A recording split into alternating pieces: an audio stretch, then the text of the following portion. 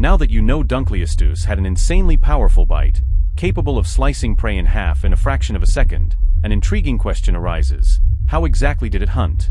Did it simply swim around and attack anything that crossed its path? Or was there a calculated tactic behind its carnage? Well, get ready, because Dunkleosteus wasn't just a brute, it was a ruthless strategist of the prehistoric seas. Ambush hunter or active predator. Unlike many marine predators that chase their prey over long distances, Dunkleosteus likely used an ambush strategy. Its body wasn't built for endurance chases, but for quick bursts of speed. This means it likely spent much of its time hiding among reefs, waiting for the perfect moment to strike. Its attacks were so fast that prey had no chance to escape.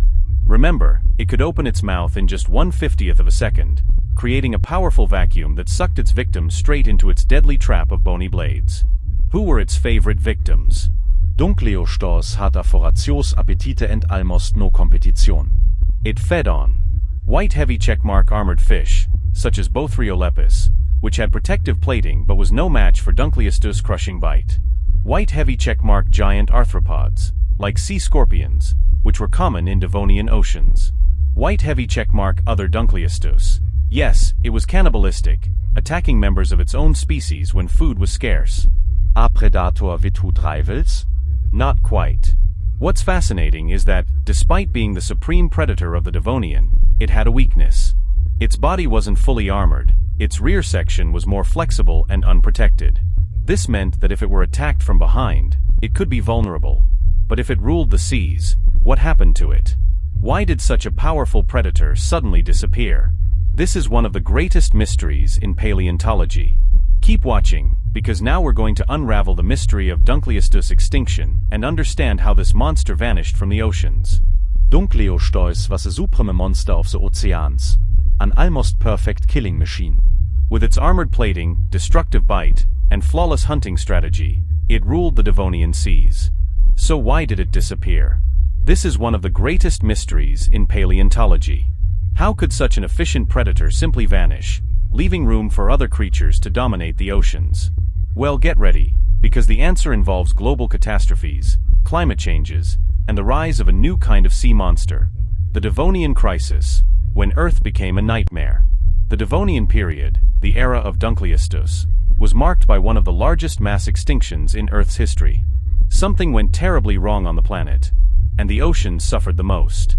Scientists believe this extinction was caused by three major factors. Drastic climate changes. Ocean temperatures fluctuated wildly, making the environment hostile for many marine creatures. Low oxygen levels in the seas. With less oxygen in the water, many marine animals suffocated. Explosion of land vegetation. Plants spread rapidly across continents, releasing nutrients into the oceans, which triggered massive algal blooms that poisoned the water and led to ecological collapse. Why was this a death sentence for Dunkleosteus? Dunkleosteus was a top predator, meaning its survival depended on the creatures below it in the food chain. When its prey began to disappear, it had no way to survive.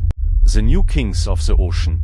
Another key factor in Dunkleosteus' extinction was the rise of a new rival, primitive sharks. While Dunkleosteus was a heavily armored, slow-moving giant, early sharks were faster, more flexible, and better adapted to environmental changes. Over time, sharks survived, and Dunkleosteus did not. And so, the king of the seas was dethroned. A predator that seemed unstoppable ultimately fell victim to Earth's changing conditions. Could this monster return?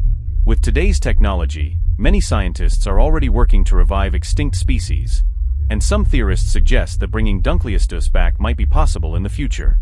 In video 3, we'll explore this chilling possibility.